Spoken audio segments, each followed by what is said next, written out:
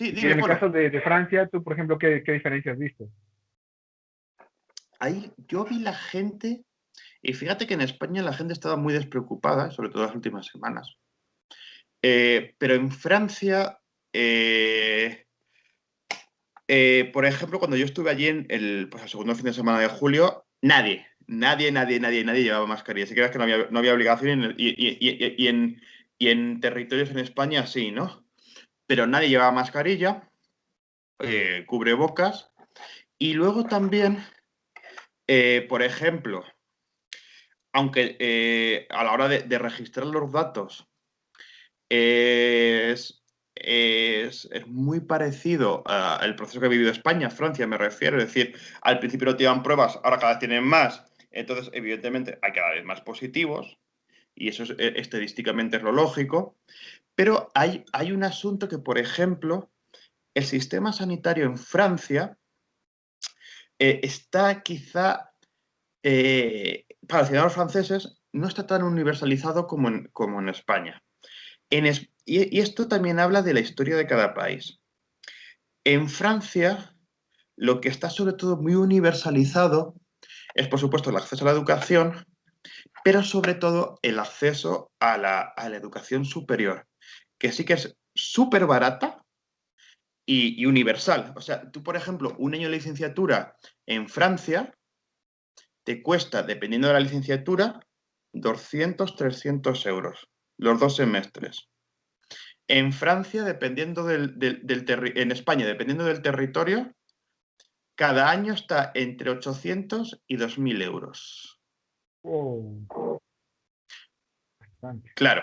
Entonces, lo que se lleva trabajando muy bien en Francia desde la época de Napoleón, de Napoleón Bonaparte, es precisamente todo el tema formativo, todo el tema de educación, para generar el famoso concepto de ciudadano, ¿no?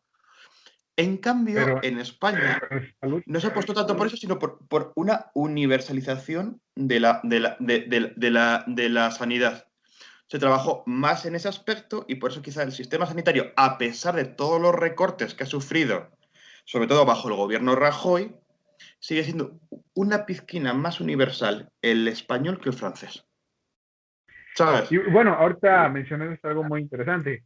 Yo creo que de este lado de México, ahí estamos viviendo ahorita la pandemia, realmente nunca se pudo parar la población como tal al 100%, o tal vez los 3 primeros meses una gran parte de la población intentó, ¿cómo se llama?, hacer una cuarentena, pero también debido a la misma situación económica de México, que es bastante precaria, pues nunca se pudo parar al 100. Pero aquí tenemos la idea en México que en Europa sí tomaron las medidas necesarias, sí, utilizaron el cubrebocas, o sea que aparentemente todavía seguimos con ese eurocentrismo acá, o sea, americanos del eurocentrismo que dices, Europa es mucho más avanzado culturalmente que los estados latinoamericanos, ¿no? Hagamos la No, excepción de Canadá y, ¿cómo se llama? Y Estados Unidos. depende. ¿Por Mira, qué lo menciono? Espera, ¿por qué lo sí, menciono? Acá actualmente dices, bueno, ya se está haciendo obligatorio el uso de cubrebocas tanto en espacios cerrados como al aire libre, ¿no? Pero todavía hay gente que dices, oye, no estás utilizando cubrebocas, ponte el cubrebocas o barbijo, como le quieran decir, no sé, allá como se dice, pero acá se queda en la idea, o sea, ya ve en Europa, sí utilizan el cubrebocas, y tú acabas de decir que en Francia, que aparentemente es una cultura que tiene una educación, que dicen que tiene un mejor sistema educativo, dijeran, ¿saben qué? Utilicen el cubrebocas, porque es una manera de evitar la propagación del COVID. Resulta que no utilizan cubrebocas, uno se iría con esa idea acá en México, que es totalmente todo lo contrario. claro. Pues sí. Es así. Mira, eh, hay un error ontológico que se incurre en América Latina, pero también se incurre en Europa. Cuando en América, y más concretamente en América Latina, pero también en general en el continente americano, y así también incluimos Canadá y Estados Unidos, se habla de Europa, no se puede hablar exclusivamente de Europa en singular. Hay que hablar de Europas, porque cada país es, o sea, como un mundo diferente. Es decir, yo, por ejemplo, como europeo, me siento mucho más identificado con un mexicano que con un sueco, pero es normal, ¿sabes? Porque compartimos a raíz pues, de todo el proceso de conquista, evidentemente compartimos lengua y ciertos usos comunes, ¿no? Usos culturales comunes, es lógico. Y yo, por ejemplo, he tenido la fortuna de vivir en Francia y en México. Y yo me sentía mucho más a gusto en México que en Francia, porque se nota el choque cultural. Se nota el choque cultural, por ejemplo, los españoles, y dentro de Europa los españoles siempre vamos a estar mucho más cómodos con italianos, con portugueses o con griegos. Y si nos vamos, por supuesto, al otro lado del Mediterráneo, con marroquíes o con argelinos, nos vamos a sentir mucho más cómodos, porque dices, mira, estos son igual de desgraciados que nosotros, ¿sabes? Iguales. Pero que con esa gente que dices, joder, si es que a las 2, un viernes de verano, ya se está yendo a su casa. Dices, es que, un viernes de verano en España a las 2 de la mañana es cuando puedes empezar a respirar un poco después de todo el calor, ¿sabes? Entonces, ¿sabes? Ahora ya fuera broma, sí que es verdad que hablar de una sola Europa es un error ontológico, al igual que hablar de una sola América Latina, porque, por ejemplo, México, la sociedad de México no tiene nada que ver con la sociedad peruana, con la sociedad brasileña y con la sociedad argentina, por ejemplo. No, ¿Sabes? para Hay nada. Yo creo diferencias. que, por ejemplo, lo que he estado observando es que, por ejemplo, México con los peruanos como que tenemos un choque y un pique como diciendo, ¿no? ¿Quién, o sea, quién fue más colonizado? ¿Quién es más como, tiene más apropiación cultural cuando dices, tranquilos, ¿no? Yo creo que me he topado más con argentinos, bueno, dependiendo cordobeses o de Buenos Aires, que son buenos, entre ellos, bueno, hasta entre ellos mismos se tienen pique, pero sí, sí, sí, cierto, tienes razón, ¿no? Y aparentemente nosotros tendríamos más similitud con la cultura peruana, porque también fue, ¿cómo se llama? Gobernada por la corona española, pero es totalmente Claro, lo contrario. Es más, con la simple discusión de qué es aguacate o palta, con eso ya simplemente nos andamos claro, bombardeando si que pudiéramos. claro. Ten en cuenta, Polo, que, por ejemplo, otra vez volvemos a lo mismo, hablar de conquista en singular es un error, porque, por ejemplo, además me has puesto el ejemplo que yo siempre pongo. La conquista de lo que hoy sería México y la conquista de lo que hoy sería Perú sí que tuvieron muchas similitudes, ¿sabes? Hablo de Mesoamérica y del altiplano, ¿vale? O sea, porque después te había que especificar, ¿no? ¿Por qué? Porque allí existían previamente imperios territoriales que entonces cuando llegó Hernán Cortés y Pizarro respectivamente dijeron, hostia, me voy a aprovechar de estas estructuras estatales que ya existen para descabezar y para encima voy a aprovechar los enfrentamientos que había entre pueblos, Tlaxcala, o sea, la famosa utilización de la civilización de la cultura del Estado tlaxcalteca para auparme al poder, ¿sabes? Pero no solo se aprovechó, y aquí me puede rectificar perfectamente, de los pueblos que estaban enfrentados, también se aprovechó el conquistador, el colonizador de la aristocracia mexica. Quiero decir, Claro. porque la aristocracia Pero, mexica, la aristocracia no quería perder sus prebendas. Que me viene un tipo ahí con barba y no sé qué, y en caballo y no sé qué. A mí, mientras que me respetes mis privilegios, ¿sabes? Esto es como lo, esto es como lo de las grandes compañías y me voy, por ejemplo, a la expropiación del petróleo en el 38 por Lázaro Cárdenas. ¿Por oh, qué? ¿Por qué complejo. Estados Unidos no invade México como intentó 60 o 70 años antes, cuando Benito Juárez intentó dejar de pagar? Bueno, ahí fueron españoles, franceses e ingleses, pero bueno, es el mismo proceso, cuando intentó dejar de pagar la deuda externa. Porque previamente Lázaro Cárdenas dijo, vale, yo expropio el suelo, pero no os preocupéis vosotros porque os voy a dejar el refinado. ¿Sabes? Bueno, también hay que tomar en cuenta que Estados Unidos no se puso tan al tiro, porque también ya tenía, ¿cómo se llama? La Segunda Guerra Mundial ya encima. O sea, realmente era como, pues, mano de obra, necesito, ¿cómo se llama? Materiales, pues bueno, ¿quién me los puede dar? México, órale, te respeto tu autonomía, dejo que las empresas estadounidenses no te jodan tanto ni las inglesas, pero mientras tú Claro. apóyame con materia prima y mano de Y obra. efectivamente, y lo que necesitaba era materias primas y mano de obra. Entonces, cuando le deja las manufacturas del petróleo, dijo, hostia, de acuerdo, perfecto, adelante. Y después, todo el tema de la plantación del opio de toda la Sierra Tarahumara, el famoso Ah, acuerdo de un claro. año, el famoso acuerdo secreto de un año. para llevar opio a las trincheras, etcétera, etcétera, etcétera. Claro, ¿Sabes? y O ese sea, es un secreto que realmente, bueno, no se ha admitido públicamente. Cuando dices, bueno, ¿qué es lo que pasa con los soldados que vienen de la Segunda Guerra Mundial? México es el que les empieza a proveer de oye, toda esa droga que a mí, legalmente ya tenían que dar. esto, Pero bueno, no hay que desviarnos del tema del ahora COVID. cuando cortemos te voy a contar una cosa que te voy a contar cuando cortemos porque esto es off the record.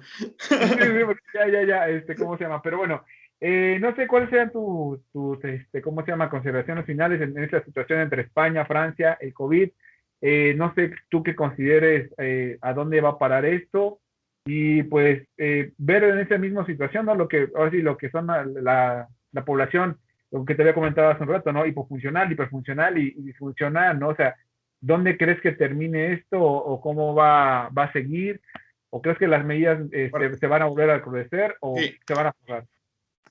pues mira, de hecho, como consideraciones finales, yo la casualidad es que la semana pasada estuve yo viendo datos históricos sobre cómo afectó la anterior pandemia mundial, la famosa del 18, en España, y específicamente en España, porque es los datos que llegaron a mis manos, ¿no? Fue una pandemia que duró 3 años, oficialmente. Empezó a inicios del 18 y terminó a finales del 20. 3 años prácticamente. Entonces, en el primer año fue el más difícil, que hubo en España 170.000 muertos, una cosa así. La segunda oleada de la pandemia, que fue el año siguiente, fueron como 40.000, pero ten en cuenta que sobre una población de 20 millones, o sea que eso fue una masacre horrenda, ¿no? Pero claro, era otra época, la higiene no era la misma, los sistemas, ¿sabes? Los sistemas sanitarios evidentemente no eran los mismos, la ciencia no había avanzado tanto. Y luego la tercera oleada no sé si fueron 15.000 fallecidos o una cosa así. O sea, eran barbaridades, pero digamos que después el incremento exponencial de la primera oleada también fue descenso exponencial a la segunda y a la tercera. Y luego si ves las consecuencias políticas sobre el sistema político español, no fueron tantos, porque sí, hay gente que lo vincula después con la llegada de la dictadura de Miguel Primo de Rivera, pero la dictadura de Miguel Primo de Rivera llegó en 1923, es decir, 3 años después de la finalización de la pandemia, y las causas fueron otras. La gota que colmó el vaso no fue la pandemia. La gota que colmó el vaso fue la guerra de África, por el cual el ejército español ya, si ya la había demostrado la guerra de Cuba, completamente la inutilidad del gobierno, era un ejército completamente desfasado, antiguo, desmotivado, pues allá fue la puntilla final, ¿no? Y luego ese era el resultado también, esa puntilla final, a un sistema político corrupto como era el de la Restauración, que en España se puede comparar, por ejemplo, en México, perdón, se puede comparar, por ejemplo, con el porfiriato. En Francia se puede comparar con el de Napoleón III. Eran todos estos regímenes que se autodenominaban liberales, ¿sabes? Pero que en verdad eran autoritarios y que después de 20, 30, 40 años en el poder, como también eran corruptos, al final acaban por colapsar. ¿Por qué llega la revolución en México? Por un colapso del sistema, no por una pandemia, ¿sabes? Por un colapso, o sea, es el propio sistema el que colapsa. A lo que voy, que me enrollo como las personas. Sí. Lo que me refiero es, Eso es nuestra ñoñez, una, no te preocupes. sí, una pandemia es un hecho traumático, pero realmente tú vas a las grandes pandemias y aunque son hechos traumáticos, no son tan traumáticos como puede ser una gran guerra actual, por decirlo de alguna manera, no como la de antaño, que era más de élite, sino actual, o una gran catástrofe natural, ¿sabes? Entonces, pues creo que no va a haber grandes consecuencias. No va a haber grandes consecuencias, por lo menos a largo plazo. A corto a lo mejor sí. A corto sí. E incluso a medio. A largo no creo que cambie gran cosa. Porque digamos que, y esto lo dice, por ejemplo, Julián Casanova, que es un catedrático de historia de España, que para mí es de los que más me gustan. Julián Casanova dice, realmente los verdaderos hechos traumáticos son las guerras y y y determinadas catástrofes naturales, no todas. Algunas las más jodidas, ¿sabes? Con lo cual creo que a lo mejor a corto y a medio plazo puede haber algún cambio, pero a largo plazo, no sé quién decía aquello de que es más fácil ver el fin del mundo que el fin del capitalismo. El capitalismo no creo que quiera morir en un buen rato. Pero bueno, No, no, mi no. estimado, Por, por desgracia para la población de los que somos de abajo, ¿sabes? Por desgracia. sí, no, Ojalá porque que realmente los fuera una ricos están. reformulación, ¿no? Pero, Sí, ¿sabes? no, hay que ser sincero, realmente si yo creo que hubiera pasado la gripe española en esta época, yo creo que nos hubiera ido peor, pero también hay que tomar en cuenta que si ahorita se está moviendo la vacuna aceleradamente son por cuestiones económicas, porque realmente afecta a las élites, y ya en este caso, por ejemplo, políticas, ¿cómo se llama? Propagandísticas, por en el caso de Rusia, y ya seamos sinceros, va a ser negocio.